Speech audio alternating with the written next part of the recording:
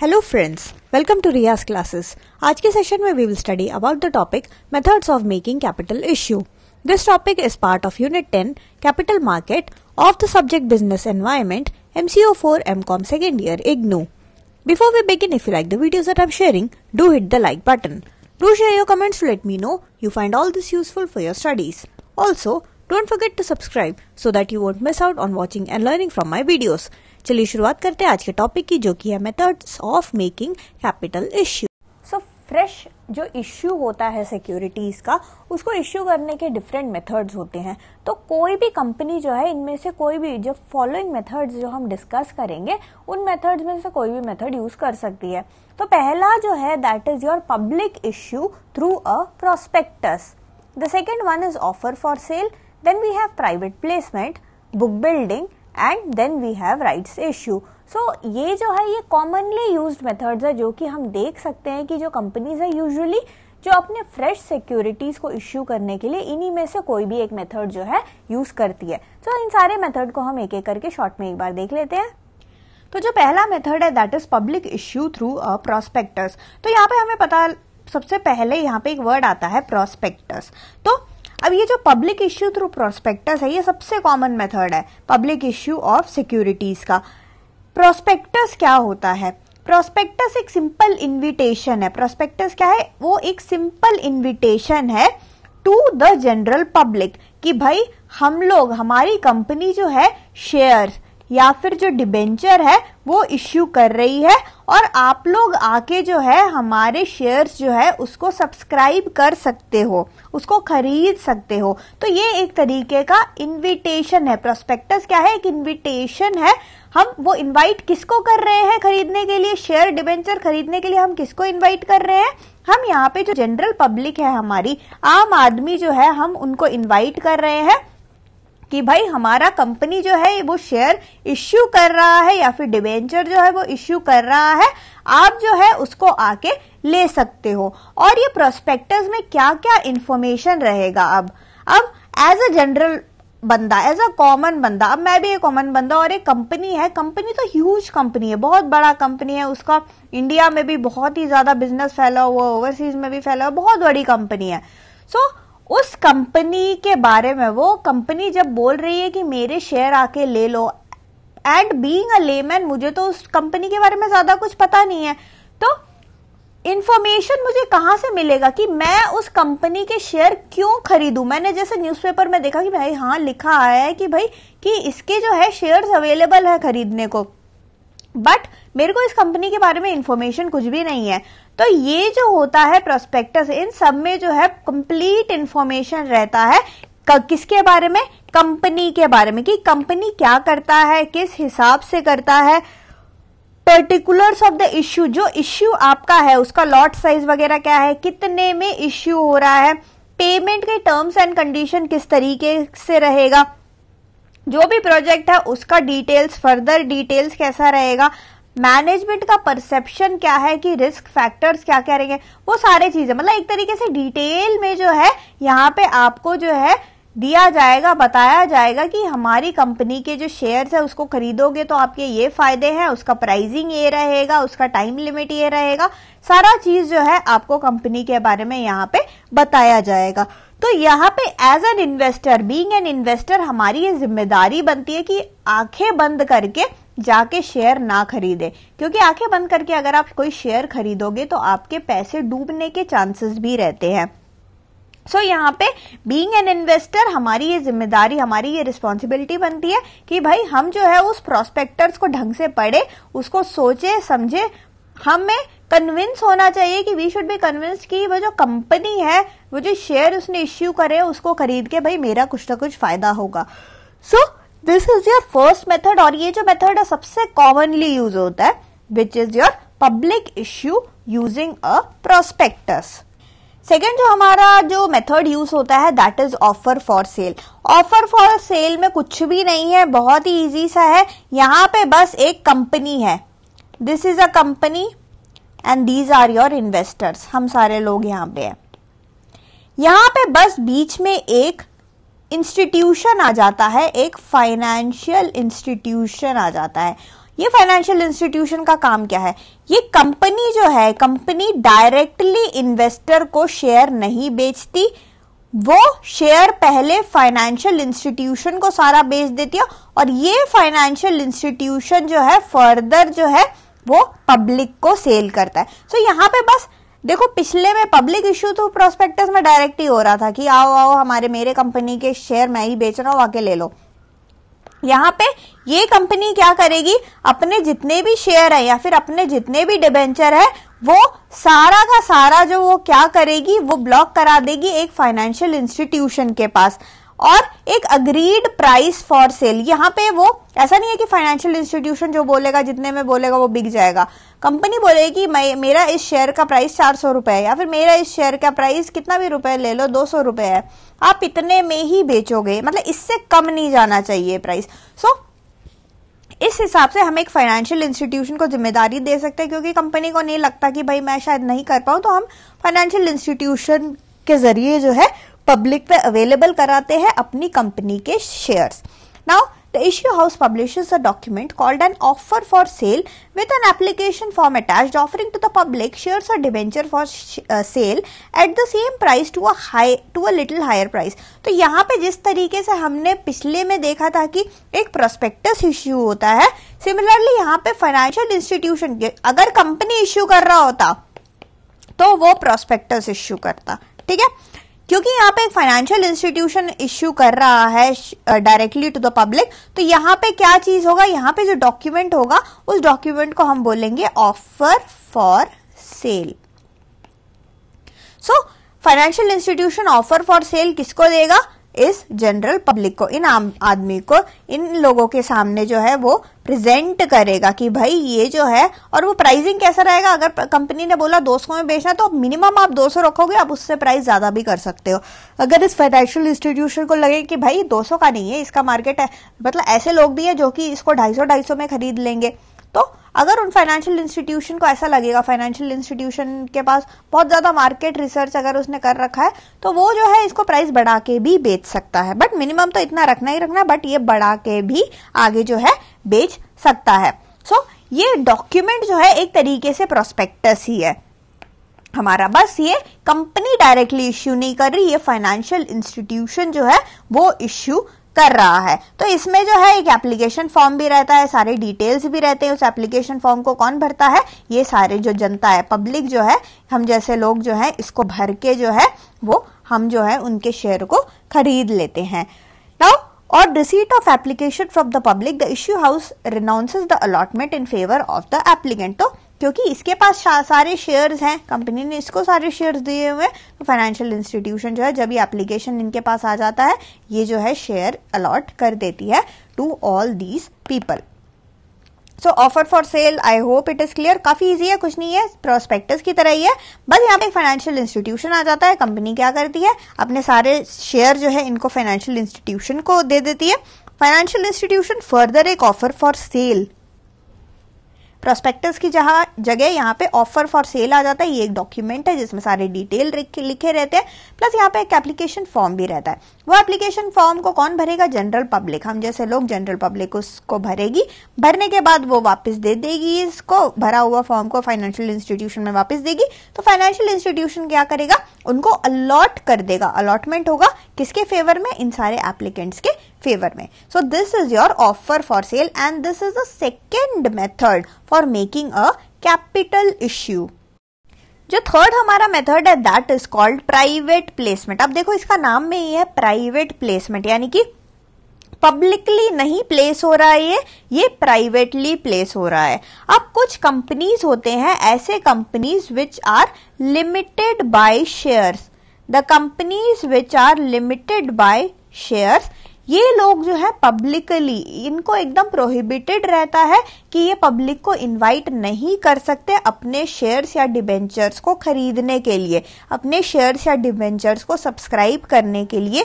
ये लोग ऐसे companies which are limited by share, they are prohibited from inviting the public, ठीक है। सो यहाँ पे ऐसे लोग अब क्या करेंगे, अब ऐसे लोगों को अपना शेयर सब्सक्राइब भी करवाना है, क्योंकि फंडिंग तो करना है उनको, पूल ऑफ मनी तो रेस करना ही है, पैसा तो रेस करना ही है। तो किस तरीके से अगर उनको शेयर खरीदवाना है लोगों से, वो क्या करेंगे। अब ऐसे केस में वो लोग जो है पब्लिक के पास जा नहीं सकते। सो यहाँ पे जो है ये लोग प्राइवेट प्लेसमेंट करेंगे।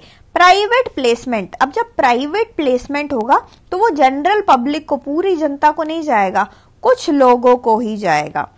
ऐसे लोग जो हमारे दोस्त वो लोग वगैरह जो है, हम या हमारे जानकार लोग जो है, ठीक है। सो हमारे जितने भी दोस्त है, जितने भी नोन लोग हैं, जो हमारा प्रमोटर हो गया, उसके रिश्तेदार हो गए, या वो जितने लोगों को भी जानता हूँ, यानी कि जो नोन लोग हैं उनके सामने हम जाके बोलते हैं अरे यार हम मेरे छोटा सा कंपनी है मेरा, उसके शेयर ले ले, तू आके ले ले। तो ऐसे करके हम लोग जो है फंडिंग रेस कर सकते हैं। बट हमारे फॉर एग्जाम्पल अगर इतने दोस्त वगैरह नहीं है तो हम कहाँ से रेस करेंगे भाई, और लोगों को कहाँ से लाएंगे। अभी भाई दोस्त को मिला के 10-12 लोग चलो हो गए, बट हमें तो और लोग चाहिए ना, हमें और कैसे फंड रेज करेंगे, और लोग चाहिए जो कि हमारे शेयर को खरीदे। सो इसके लिए हम मदद लेते हैं एक्सपर्ट्स की। कुछ एक्सपर्ट्स रहते हैं, उन लोगों की हम मदद लेते हैं, and these experts are known as underwriters. Underwriters जो होते हैं ऐसे लोग होते हैं जो कि अंडरराइटर्स, देखो इसको हम ब्रोकर भी बोल सकते हैं। सिंपल एक ब्रोकर है, वो बंदा जो है हमारे लिए जो है हम उसको जाके बोलेंगे भाई हमारे लिए कुछ बंदे ढूंढ लाओ जो कि मेरे शेयर को जो है खरीद ले। तो ये बंदा जाके, ये जो ब्रोकर जो है या फिर ये जो अंडरराइटर जो है, ये बंदे जाके जो है लोगों को ढूंढ लाते हैं जो कि हमारे कंपनी के शेयर को सब्सक्राइब करेंगे, जो हमारे कंपनी के शेयर को खरीदेंगे। So these are your underwriter. So अगर हमसे जो है नहीं हो पा रहा है लोग इकट्ठे करना, ऐसे लोग जो हमारे कंपनी के शेयर्स को सब्सक्राइब करें, हमसे नहीं हो पा रहा, तो हम जो है अंडरराइटर्स की मदद जो है ले सकते हैं। अब यहाँ पे देखो, पिछले वाले फर्स्ट वाले मेथड में हमने देखा था कि पब्लिकली प्रोस्पेक्टस इश्यू हो रहा है। सेकेंड वाले मेथड में एक डॉक्यूमेंट जा रहा था ना, वो डॉक्यूमेंट ऑफर फॉर सेल हमने बोला, उसका नाम चेंज हो गया। अब यहाँ पे क्या कोई डॉक्यूमेंट रहता है प्राइवेट प्लेसमेंट में? अब देखो, प्राइवेट प्लेसमेंट जो है वो प्राइवेटली एक छोटे से ग्रुप में ही इश्यू हो रहा है, तो यहाँ पे जो है किसी भी तरीके का, यहाँ पे पब्लिक तो इन्वॉल्व ही नहीं हो रही है ना, हमारे जानकार लोग ही इन्वॉल्व हो रहे हैं। तो पब्लिक को क्योंकि हम ऑफर नहीं कर रहे हैं, इसलिए इस केस में किसी भी प्रकार का प्रोस्पेक्टस जो है वो इश्यू नहीं किया जाएगा। प्रोस्पेक्टस यहाँ पे प्राइवेट प्लेसमेंट में इश्यू नहीं होता है, ये बात आप याद रखना। बट कंपनी को रजिस्ट्रार के सामने जो है एक स्टेटमेंट प्रेजेंट करना होता है इन ल्यू ऑफ प्रोस्पेक्टस। सो एक स्टेटमेंट तो है जो कि जो भी प्रोस्पेक्टस में लिखा है उस वही सेम चीजें जो है आपको रजिस्ट्रार जो होता है उसके सामने जो है आपको एज अ स्टेटमेंट प्रेजेंट करना होता है। बट पब्लिकली क्योंकि यहाँ पे कुछ भी ऑफर नहीं हो रहा है, इसलिए पब्लिकली यहाँ पे प्रोस्पेक्टस जो है, जो फर्स्ट और सेकंड मेथड में आपको दिख रहा था, वैसे आपको जो है एक प्रोस्पेक्टस जो है नहीं दिखेगा, क्योंकि उसका रिक्वायरमेंट ही नहीं होता है, क्योंकि यहाँ पे पब्लिक ऑफरिंग तो बिल्कुल भी नहीं है। तो यहाँ पे अगर छोटा सा मेरा कंपनी है तो प्राइवेट प्लेसमेंट में मैं अपने दोस्त लोगों को ही बोल दूंगी कि भाई मेरे शेयर खरीदो। अगर थोड़ा ज्यादा हमें लोग चाहिए तो हम किसकी मदद लेते हैं? हम अंडरराइटर्स की मदद लेते हैं, ब्रोकर की मदद लेते हैं कि भाई मेरे लिए 2-4 लोग ढूंढ ला, या फिर मेरे लिए थोड़े से बंदे ढूंढ ला कि वो लोग मेरे शेयर खरीद ले। बट अगर मेरे को ज्यादा लोगों की जरूरत चाहिए, थोड़ा ज्यादा मेरा हो गया कंपनी में, बट पब्लिक भी नहीं जा सकती, पब्लिक में प्रोस्पेक्टस इश्यू नहीं कर सकती क्योंकि मैं प्रोहिबिटेड हूं ऐसा करने के लिए, बट मेरे को थोड़ा ज्यादा लोग चाहिए, तो मैं जो है और ज्यादा बड़े यानी कि QIBs इन सब की जो है मदद मैं ले सकती हूँ। So in case of large placing the service of merchant bankers, हम यहाँ पे जो है मर्चेंट बैंकर्स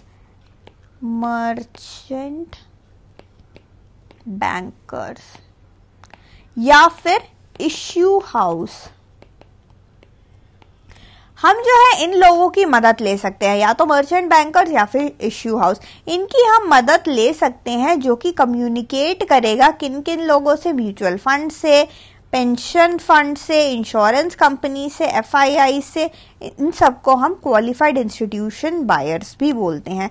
सो यहाँ पे हम जो है अगर हमें थोड़ा ज़्यादा बड़ा हमारा है, अगर शेयर जो है हम ज़्यादा ऑफर कर रहे हैं और हमें ज़्यादा लोगों की ज़रूरत है ताकि वो लोग हमारे शेयर को सब्सक्राइब करें, सो यहाँ पे in that case we can take the help of merchant bankers और इश्यू हाउस। सो अगर हमारा स्मॉल स्केल में है तो we can take the use of all these brokers and underwriters. अगर हमारा थोड़ा सा ज़्यादा है, ज़्यादा लोग हमें चाहिए, तो हम मर्चेंट बैंकर्स और इश्यू हाउस की मदद जो है हम ले सकते हैं। So this is all about your private placement, जहाँ पे कि जो है हम पब्लिकली जो है प्रोहिबिटेड रहते हैं, क्योंकि हमारा कंपनी जो है लिमिटेड बाय शेयर्स है, प्राइवेट कंपनी है हमारा और वो लिमिटेड बाय शेयर्स है, तो हम जो ऐसी कंपनी जो है वो प्रोहिबिटेड होती है for inviting the public for subscription of share and debenture.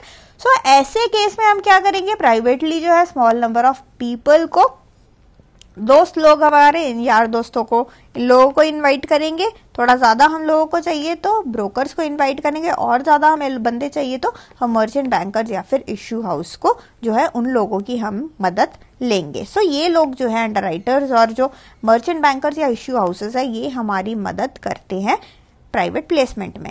जो हमारा फोर्थ मेथड है that is your book building.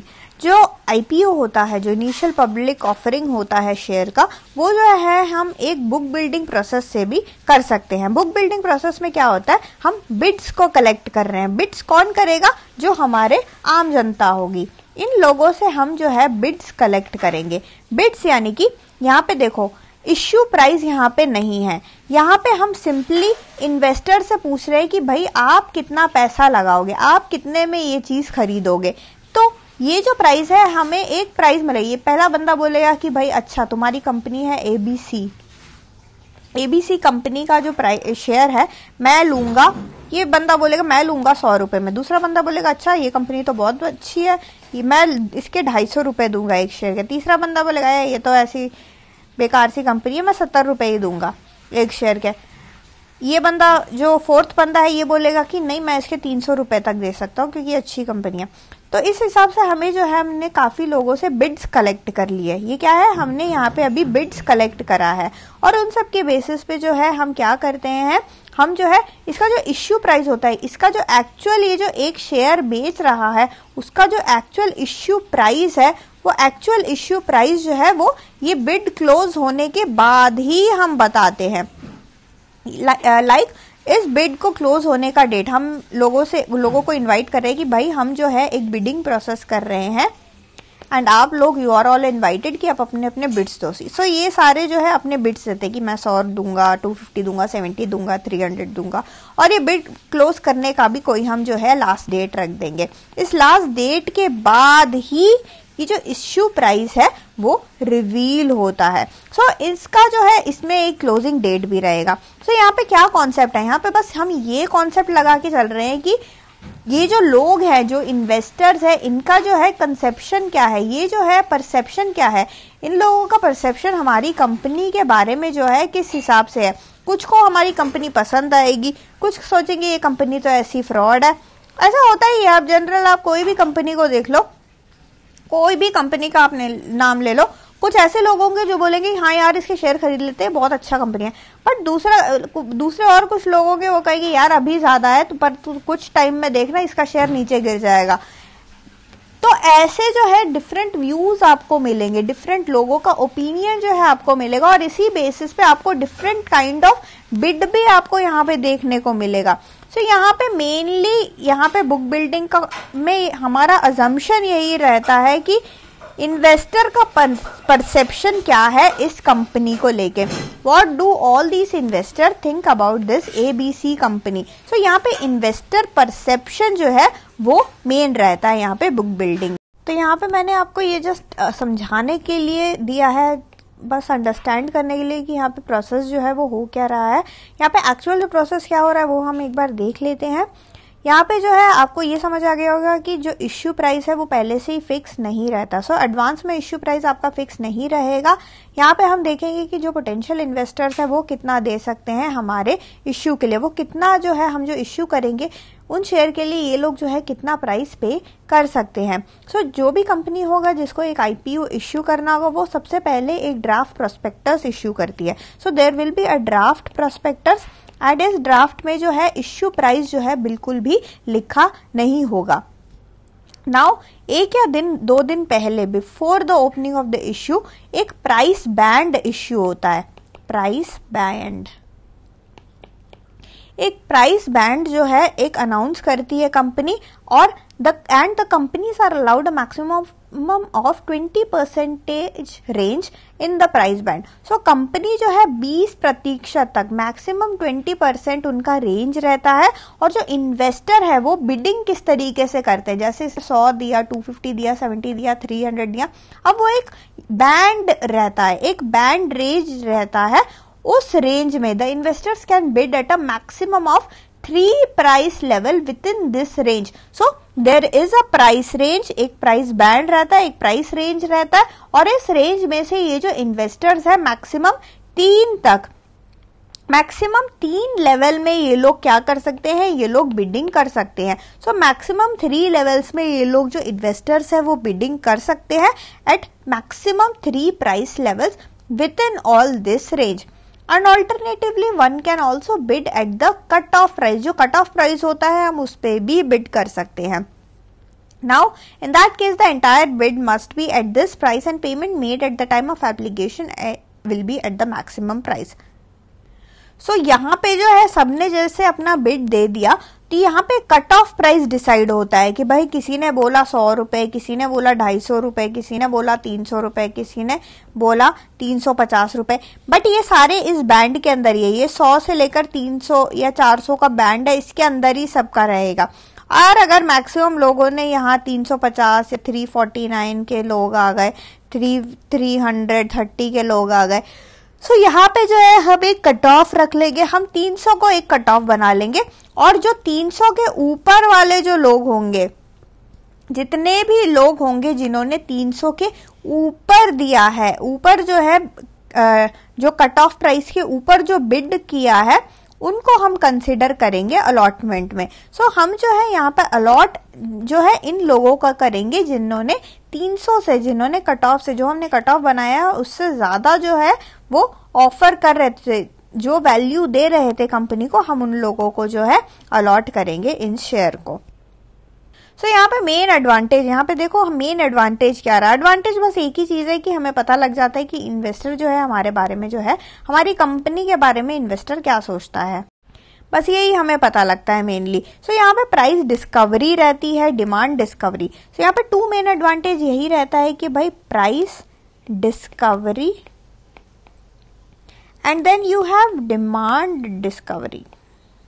So price discovery और डिमांड डिस्कवरी है, ये 2 मेन एडवांटेजेस हैं बुक बिल्डिंग के, जो कि जो नॉर्मल आईपीओ का प्रोसेस रहता है, जो नॉर्मल प्रोस्पेक्टस या फिर प्राइवेट प्लेसमेंट हो गया, जो भी प्रीवियस जैसे प्रोस्पेक्टस वगैरह कंपनी इश्यू करती है, वो एक तरीके से हमें नहीं, कंपनी को नहीं पता लगता ना कि इन्वेस्टर हमारे बारे में क्या सोच रहा है। इन्वेस्टर को क्या लग रहा है कि मैं अगर 100 रुपए का शेयर दे रही हूँ तो उसको वो महंगा लग रहा है, सस्ता लग रहा है, वो क्या सोचते हैं वो हमें नहीं पता।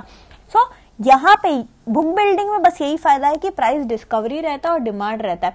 फॉर एग्जाम्पल अगर आपने सोचा कि भाई मैं अपने कंपनी के शेयर जो है लेट्स से मैं 200 रुपए में बेचने का, मी एज अ कंपनी मैंने सोचा कि मैं भाई 200 रुपए में ऑफर करूंगा, but instead of issuing a prospectus मैंने सोचा मैं बुक बिल्डिंग करता हूँ। सो जब मैंने बुक बिल्डिंग किया तब मुझे पता लगा कि भाई लोग जो है 350 रुपए तक देने को तैयार है मेरे कंपनी के शेयर के लिए, और मैं कहाँ 200 रुपए कर रहा था। तो ये तो मेरे एज अ कंपनी मेरे लिए तो फायदा ही है ना। ये मेरे को पता लग गया कि भाई 300 के ऊपर जो है खरीदने के लिए बहुत सारे लोग हैं, तो मैंने कट ऑफ ही 300 बना दिया और उसके ऊपर जिन लोगों ने भी बिड किया था उन लोगों को मैं क्या कर दूंगा, उन लोगों को मैं जो है ऑफर कर दूंगा ऑल दीज शेयर्स। सो ये जो है बुक बिल्डिंग का एक फायदा है and this is another method, एक 4th मेथड है हमारा बुक बिल्डिंग का। लास्ट एक जो मेथड है दैट इज अवर राइट्स। देखो राइट्स इश्यू कैसा रहेगा।